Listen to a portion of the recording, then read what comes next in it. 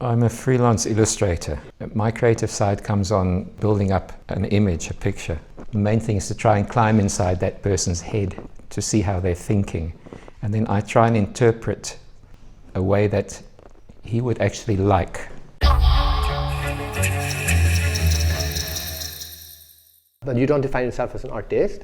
Mm-hmm. So you define yourself as an illustrator, or? Yeah, just an illustrator, or somebody who can draw.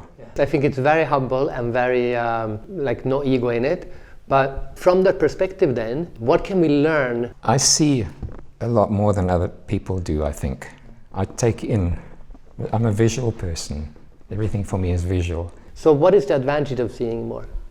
I can store it in my head. I could sit here and draw something out of my head, probably anything that you might say. So you see more, or you remember more what you see? Probably see more, because we can all see this similar, but I take it in. I noticed a lot of things. Yeah, so that's what I mean. It's like you speak the language of pictures. Yeah, very much, yeah. And now that you do that, what is the benefit of that? It allows me to break away from realism, because I know my subject. I know how it looks so well that I can interpret it in another way. And the better I know a subject, the more I can twist it and bring out or exaggerate things in that makes it more recognizable. So is it exaggerate or emphasize? Pretty much the same word for me. It's emphasize. I'm also a cartoonist. I think people underestimate what a cartoonist can do, because he or she is incredibly observant. They break things down and bring out the emphasis or exaggerate certain things.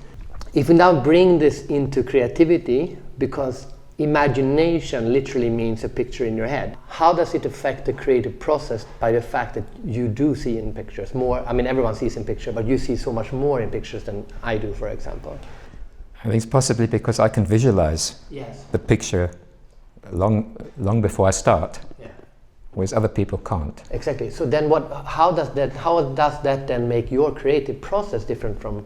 Because I have the confidence to start a pic, because I know what it's I can see it in my head. So I start it, but it often won't end like it was in my head. And that's the process that I go, and that's for me interesting. How is that used in other creative solutions? I've always been a great people watcher, and I can just sit and watch how they behave and what they do and stuff. That interests me. So an illustrator is an observer. Yeah.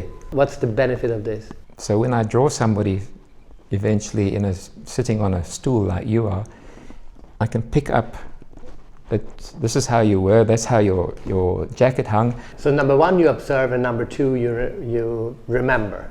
Yes. Yeah. You're such a visual person. I mean, I met a lot of artists and illustrators, but you're very much of a visual thinker.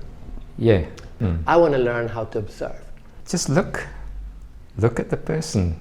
And I'm very, very aware. I've got a couple of friends, they always say, Gavin, you're so aware. You're the most aware person that I know.